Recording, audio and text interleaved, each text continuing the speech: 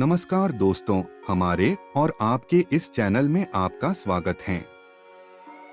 दोस्तों, ये तो सब जानते हैं कि रावण एक राक्षस कुल का राजा था जो अत्यंत ही बलशाली, महापराक्रमी योद्धा और एक परम शिव भक्त था।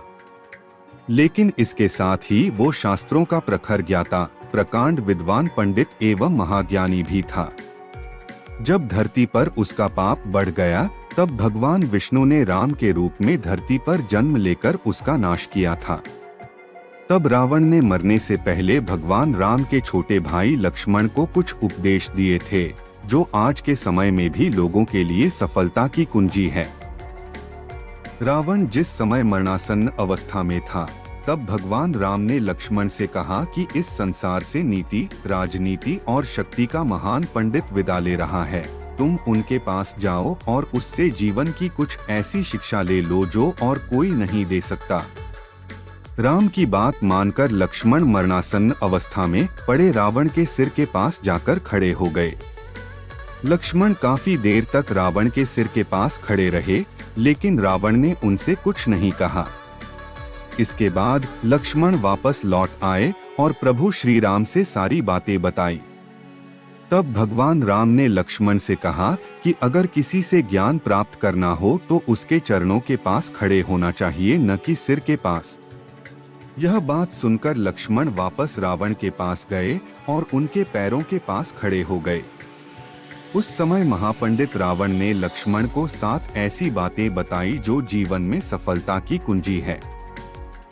रावण का पहला उपदेश यह था कि इंसान को कभी भी अपने शत्रु को खुद से कमजोर नहीं समझना चाहिए, क्योंकि कई बार जिसे हम कमजोर समझते हैं वही हमसे ज्यादा ताकतवर साबित हो जाता है।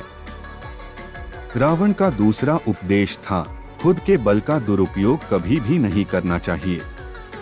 घमंड इंसान को ऐसे तोड़ देता है जैसे दांत किसी सुपारी को तोड़ता है। रावण का तीसरा उपदेश था, इंसान को हमेशा अपने हितैषियों की बातें माननी चाहिए, क्योंकि कोई भी हितैषी अपनों का बुरा नहीं चाहता। रावण का चौथा उपदेश था, हमें शत्रु और मित्र की हमेशा पहचान करनी चाहिए।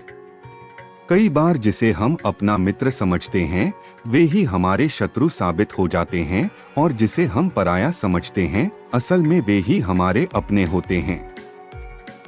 रावण का पांचवा और सबसे बेहतरीन उपदेश था, हमें कभी भी पराई स्त्री पर बुरी नजर नहीं डालनी चाहिए, क्योंकि पराई स्त्री पर बुरी नजर डालने वाला इंसान नष्ट हो जाता है। रावण का छठा उपदेश था, अच्छे कार्य में कभी विलंब नहीं करना चाहिए।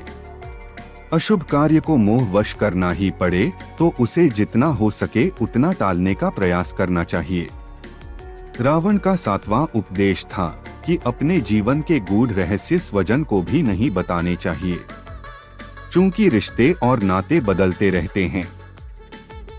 जैसे कि विभीषण जब लंका में था तब मेरा शुभेच्छु था, पर श्री राम की शरण में आने के बाद मेरे विनाश का माध्यम बना।